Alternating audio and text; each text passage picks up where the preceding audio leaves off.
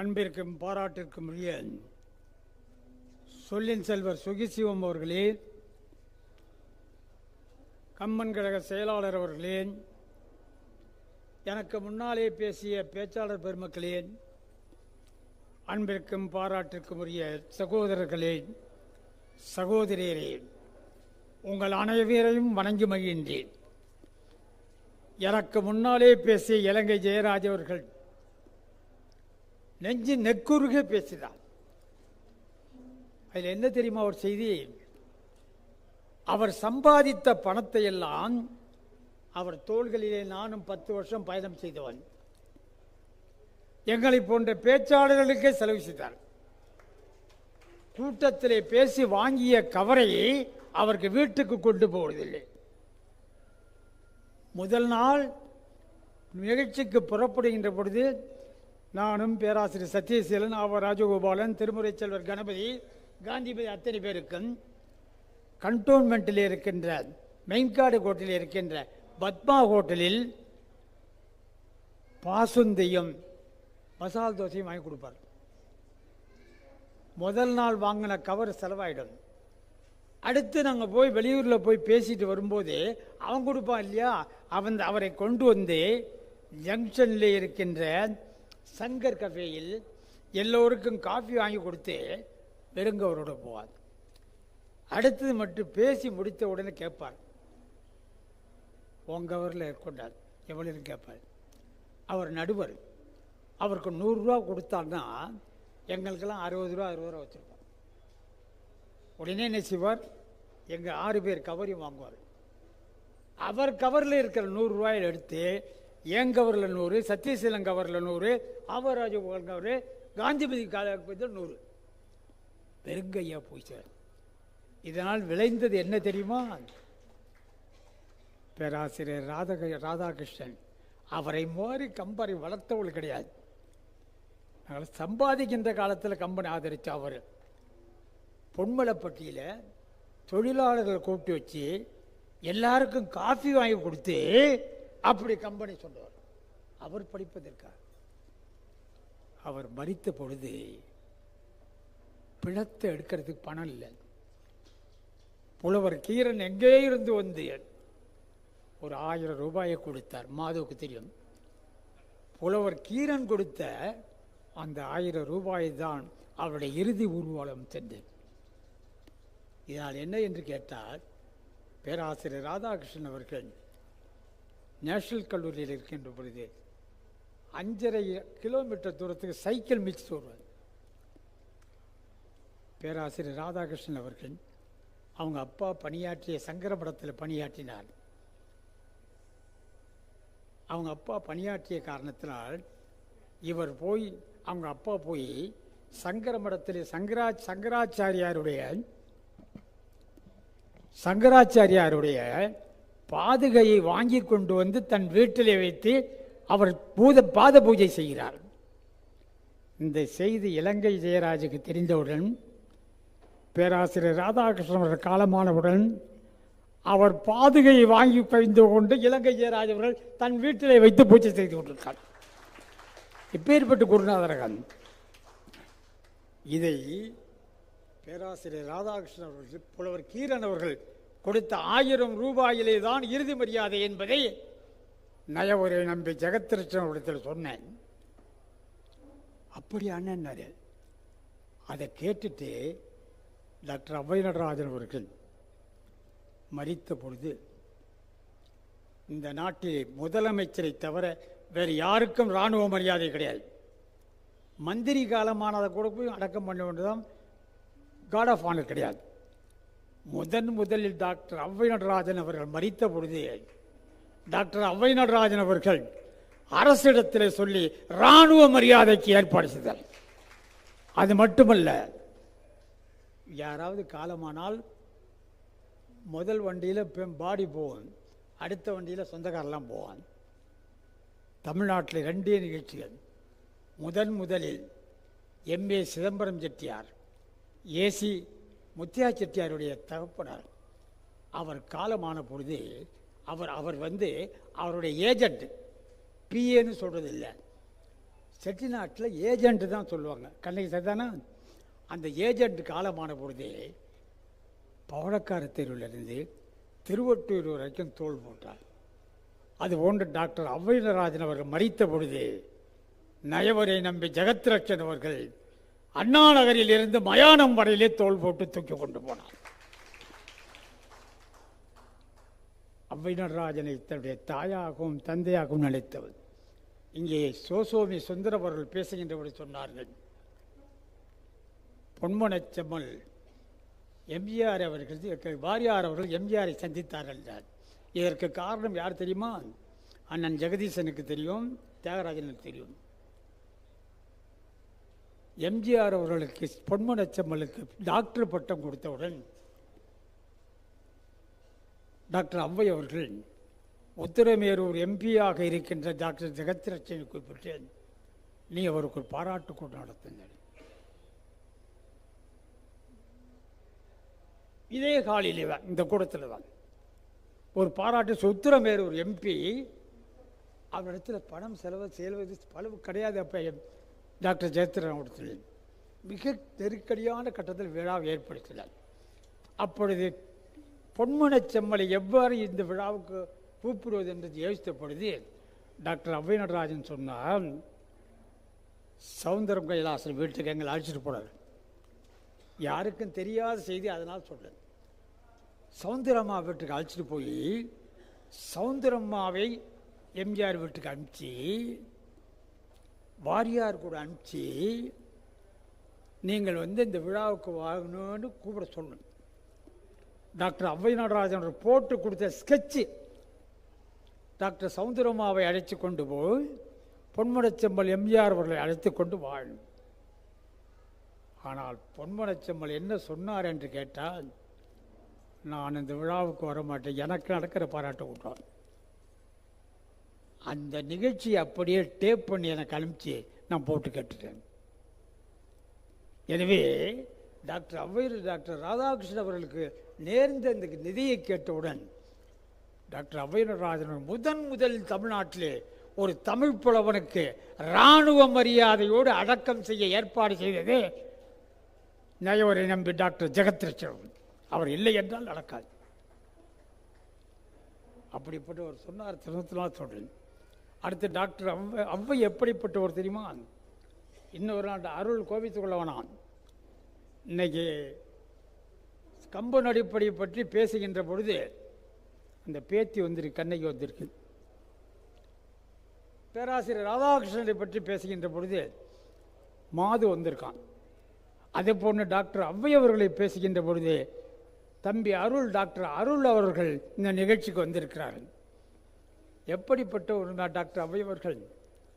அவர் இல்லை என்றால் 2 பல்கலைக்கழகத்தில் படித்தோம். நான் ஒரு இலக்கியத்தை எப்படி பார்க்க வேண்டும் என்பதை டாக்டர் ஔவை நடராஜன் இல்லாவிட்டால் எனக்கு தெரிந்திருக்காது. நானும் டாக்டர் ஞானசுந்தரம் அவர்களும் டாக்டர் ஔவை நடராஜனுடைய பல்லக்கிலே 20 வருடங்கள் அமர்ந்து பயணித்திருக்கிறோம். அவர் நடுவராக இருப்பார், நான் ஒரு கட்சியில் இருப்பேன், அவர் ஒரு கட்சியில் இருப்பார். அப்படி ஒரு இலக்கியத்தை எப்படி பார்க்க வேண்டும் என்று சொல்லிக் கொடுத்தவர்கள். இதே மேடையில் ஒரு கம்பன் விழாவில் டாக்டர் ஔவை அவர்கள் ஒரு அணித்தலைவர், சர்வீஸ் கமிஷன் சீனிவாசன் ஒரு அணித்தலைவர். அந்த சர்வீஸ் கமிஷன் சீனிவாசனை பற்றி உங்களுக்கு தெரியாது. கம்பராமாயணத்தை எழுத்தண்ணி படித்தவர், அப்படிப்பட்ட ஒரு அணித்தலைவர். அடுத்து கம்பராமன் ஒரு அணித்தலைவர். நான் எதிர்கட்சியில் பேசுகிறேன். தலைப்பு என்ன என்று கேட்டால், கம்பராமாயணத்தில் யாருக்கு சிறப்பு? சிலை பிடித்த செல்வனுக்கா, சிறை இருந்த செல்விக்கா? நான் பேசுகின்ற பொழுது டாக்டர் ஔவை அவர்கள் பேசுகிறார்கள் சிலை பிடித்த செல்வனுக்கு, நான் சிறை இருந்த செல்விக்கேன்னு பேசுகிறேன். பேசுகின்ற பொழுது சொன்னேன், அன்றைக்கு பிரியா ராமச்சந்திரன் யார் என்று கேட்டால் சீதை தான். நான் பேசுகின்ற பொழுது சொன்னேன், கைகேயை காட்டுக்கு போக சொன்னது யார் என்று கேட்டால் ராமன் ஒருத்தனைத்தான். கூடவே இலக்குவன் போறான், சீதை நின் பிரிவினும் சுடுமோ பெரிகாடு என்று. அதனால்தான் பிரியா ராமச்சந்திரன் சொன்னார். நின் பிரிவினும் சுரிமோ பெடுகாடு என்றேன். வால்மீகி எழுதினார். ராமாயணத்தில் எதிரா சிறப்புன்னு கேட்டால் ராமல்ல, சிறையிருந்த சீதையின் சரித்திரம் மகத்தன்று. சீதாயா சரிதம் மகத் வால்மீகி.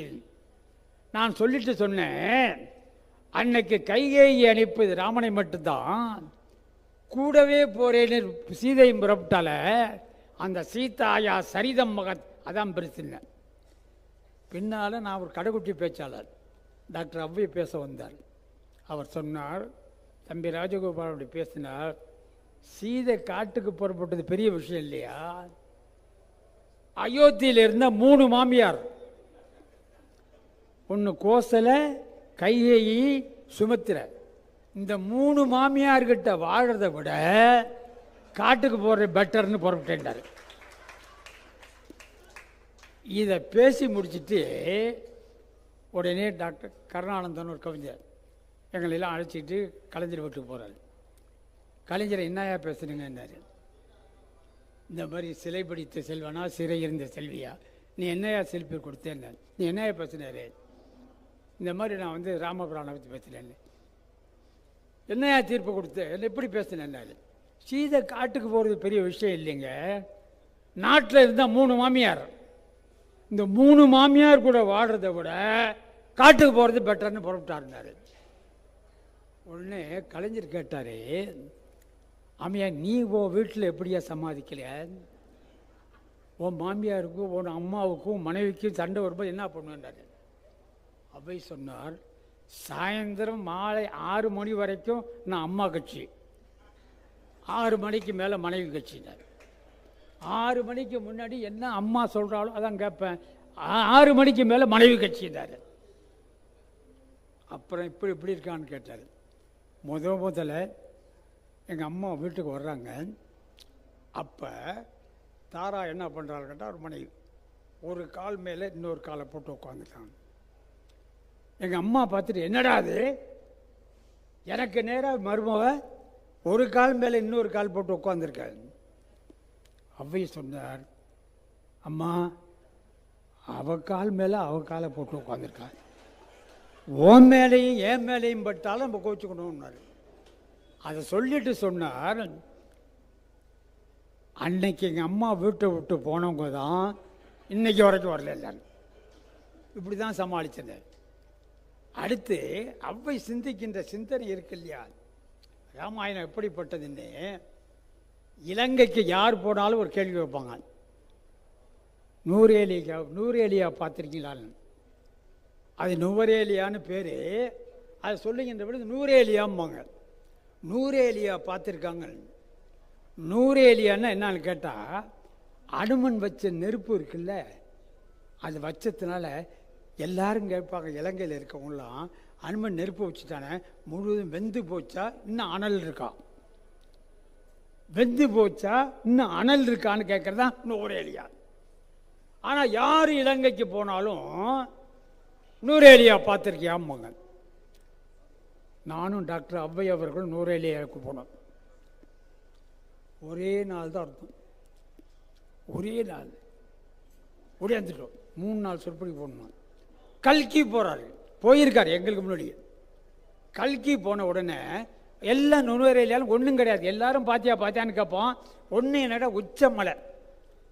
எனக்கு தெரிஞ்சு குளிர் வந்து அந்த நூரேலியாவில் இருந்தது போல வேறு எங்கேயும் இல்லை, கிடையாது, நான் பார்த்ததில்லை. தூங்கவே முடியாது ராத்திரி. உடனே கல்கியை கேட்டார்கள், என்னை எல்லாம் கேட்குறீங்களா, நூரேலியான்னு பார்க்குறீங்க, என்னையா இருக்கின்றார்கள்? இலங்கைக்காரர்கள் சாமர்த்தியவாளிகள்.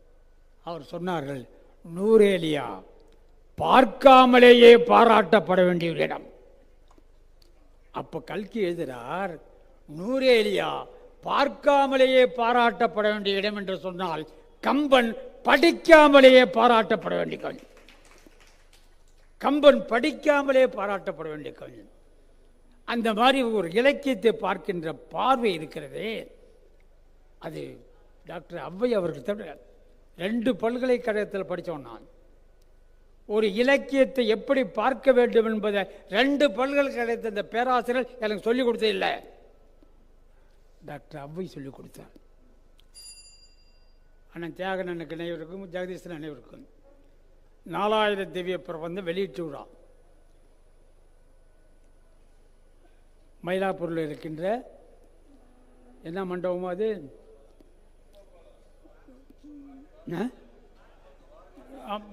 அந்த இதில் அந்த விழா நடக்குது. நீதியரசர் ஜஸ்டிஸ் கிருஷ்ணசாமி ரெட்டியார் தலைமையில் விழா. அவை நடராஜன் பேசுகிறார். எல்லாரும் பேசுகிறாங்க. வைஷ்ணவத்தில் அத்தாரிட்டி எல்லாரும் பேசுகிறாங்க. சின்னஜீர் வந்து பேசுகிறார். அதில் டாக்டர் அவை நடராஜன் பேச்சு ஒரு பேச்சு அப்படியே இன்னும் நெற்றியடியாய் நிறைவில் நிற்கிறது. எல்லாரும் பேசினார்கள். ஜஸ்டிஸ் கிருஷ்ணசாமி ரெட்டியார் நல்லா பேசுவார். அவர் பேசுகிற உடனே நான் வந்து இந்த 4000 திவ்ய பிரபந்தத்தில் 1973லேருந்து 93 வரைக்கும் நய உரை நம்பி அதுக்கு உரை எழுதினார். அந்த உரையில் எங்கேயாச்சும் தமிழ்னு இருக்க தவிர தமிழன்னு இருக்கான்னு கேட்டேன். இதை கிருஷ்ண பிரேமி வைஷ்ணவத்தில் அத்தாரிட்டி, ஆங்கிலத்திலையும் பேசுவார், தமிழ்லையும் பேசுவார். அவரிடத்தில் கேட்டேன், தமிழன்கிற சொல்லு இருக்கான்னு. இல்லைன்னாரு. கார்பங்காடு சுவாமிகள்கிட்ட கேட்டேன், அவர்களையும் தமிழன்கிறது கிடையாதுன்னாரு. வேலைக்குடிக்கிட்டையும் கேட்டேன், தெரியல. டாக்டர் அவை நடராஜன் பேசினார் என்பார். 4000 தமிழன் என்ற சொல் இருக்கிறது. அதுவும் வெறும் தமிழன் இல்லை, பெருந்தமிழன். இன்னிசையால் மாலையால் உனக்கே நான் சொன்னேன் பூதத்தாழ்வார் பாசுரம். பூதத்தாழ்வார் பாசுரம் இன்னிசையால் வினையடிக்கே மாலை சொன்னேன் பெருந்தமிழன் என்னும் பேர்த்தில். சாதாரண தமிழ் இல்லை பூதத்தாழ்வார் சொல்ல, பெருந்தமிழன், பெருந்தமிழன் என்னும் பேர்த்தில். அந்த சொல்ல கேட்ட உடனே டாக்டர் அவை அவர்கள் இந்த சொல்ல உடனே இந்த பாசறை யாருக்குமே தெரியல, அவர் தான் தெரியும். அதில் என்ன இலக்கியத்தை எப்படி பார்க்க வேண்டும் என்பதை அவரிடத்தில் கற்றுக்கொண்டேன். அடுத்து இதே மேடையில் அப்பொழுது கலைஞர் பிடபிள்யூடி மினிஸ்டராக இருக்கார், பொதுப்பணித்துறை அமைச்சராக இருக்கார். இந்த மேடையிலே பேசுகிறோம். என்னன்னு கேட்டால், மகாகவி பாரதி தேசிய கவியா தெய்வீக கவியான்னு. குன்றக்குடி அடிகளார் நடுவர். டாக்டர் அவை அவர்கள் தேசிய கவின்னு பேசுகிறார். நான் ஒரு கடைசி தொண்டனா தெய்வீக கவின்னு பேசுகிறேன்.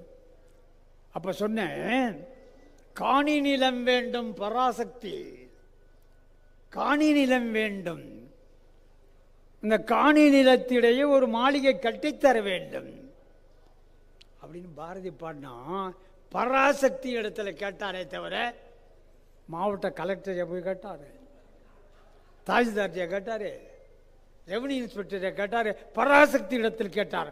அதனால் அவன் தெய்வீக கவிஞன். அவை பதில் சொன்னார். அவருக்கு தொகுப்பு இருந்தது. ராஜகோபாலன், பாரதி கேட்டது உண்மை, அவனுக்கே காணி நிலம் கிடையாது. பாரதி கேட்டான், ஆனால் காணி நிலத்தை கொடுத்தது யார் தெரியுமா? பராசக்தி கொடுக்கல, பராசக்திக்கு வசனம் எழுதிய கலைஞர் கொடுத்தார். யார்? பராசக்திக்கு வசனம் எழுதிய கலைஞர் கொடுத்தார். யார்? எதுக்கு இருந்து கேட்கிறார் கலைஞர். ஆர்டி சீதாபதி காரை விட்டு கேளாங்க, சிட்டி பாபா இறங்கு, அவை ஏற்று. உடனே அவை ஏற்றிட்டு போறாரு. பின்னாலே பெட்டி தூக்குறங்கிறவர்கள் நானும் போறேன். அப்போ கலைஞர் சொன்னார், ஓ அவை என்னையா அவையன் திருகி கிள்ளுவாயா, நீ திருகாமே கிள்றியே, வலிக்குதியா அப்படின்னார். அப்படி கலைஞரே பார்த்து வியக்கின்ற பேச்சு டாக்டர் அவை நடராஜன். அப்படி பாடு, திருகு கிள்ளுவான், திருகாமே கிள்றியே, வலிக்குதியா. அப்படி எதையும் அவர் பார்க்கின்ற பார்வை இருக்கிறது அல்லவா. ஒரு நாள் நாங்கள் மாலை நேரத்தில் உட்லண்ட்ஸ் டிரைவ் இன்னும் ஒன்று இருந்தது, திலகர் தெருவில் கூடுவோம். தியாகண்ண, ஜோதி, ஜெகதீசன், கிருஷ்ணகுமார் இவங்க எல்லாமே சாயந்தரத்தில் டிரைவினுக்கு போவோம். டாக்டர் அவ்வைக்கு என்ன பெரியன்னு கேட்டால், 2 போண்டா ஒரு காஃபி சாப்பிடணும், 2 போண்டா ஒரு காஃபி மாலையில் வந்துட்டார். இதை பிரசிடென்ட்ஸுக்கு ஹோட்டல்னு ஒன்று இருந்தது, அங்கே சாப்பிட்டுட்டு இருந்தோம். நம்ம ஜெகத்லட்சுமி இருந்தாருன்னா உடனே எல்லாருமே டிரைவினுக்கு போவோம். போன உடனே என்ன கேட்போன்னு கேட்டால், எல்லாரும் தியாகண்ணனை பார்த்தா உங்களுக்கு எவ்வளோ சுகர் இருக்குன்னு கேட்பார். நான் ஜெகதீசனை பார்த்தா உங்களுக்கு சுகர் எப்படி இருக்குன்னு, அவர் கிருஷ்ணகுமாரை பார்த்தா உங்களுக்கு சுகர் எப்படி இருக்குன்னு கேட்பேன். இப்படி ஒவ்வொருத்தருக்காக சுகரை கேட்பான். இப்படி கேட்டுக்கிட்டே இருப்போம். ஏன்னா எல்லாருக்கும் சுகர் இருந்தது. அப்போ அவ்வை சொல்லுவார், ஓய் சும்மா இல்லையா, இந்த உலகத்திலே சுகர் இல்லாதவ சுகர்னோ ஒருத்தன் ஐயா. அந்த சுகர்னோ யாருன்னு கேட்டால் இந்தோனேஷிய ஜனாதிபதி. அந்த சுகர்னு யாருன்னு கேட்டால் இந்தோனேஷிய ஜனாதிபதி. அந்த இந்தோனேஷிய ஜனாதிபதி அவன் பேர் சுகர்னோ. அவன் ஒருத்தருக்கு தான் சுகர் கிடையாது, மற்ற எல்லாருக்கும் சுகர் உண்டு. அப்புறம் ஒரு நாள் நம்ம நயவுரை நம்பி இருக்காரு, அவர் தான் அவர்கிட்ட எழுத்து கேட்பார். ஏய்யா, எல்லாரும் பழைய கதையை பேசிகிட்டு இருக்கான், நீ ஏன் புதுசு புதுசாக பேசுகிற? எல்லாரையும் பழசே பேசிகிட்டு இருக்கா, நீ எப்போ பார்த்தாலும் புதுசு புதுசாக சொல்கிறேன். அதுக்கு டாக்டர் அவ்வை சொல்லுவார், நான் எப்போதும் நிகழ்ச்சி முடிஞ்சு ராத்திரி 11 மணிக்கு தான் வீட்டுக்கு போவேன். டாக்டர் தாரா தூங்குனதுக்கு அப்புறம் தான் போவேன். நான் போயின்ற பொழுது அவள் புக்கு வச்சு படிச்சுட்டு இருப்பாங்க.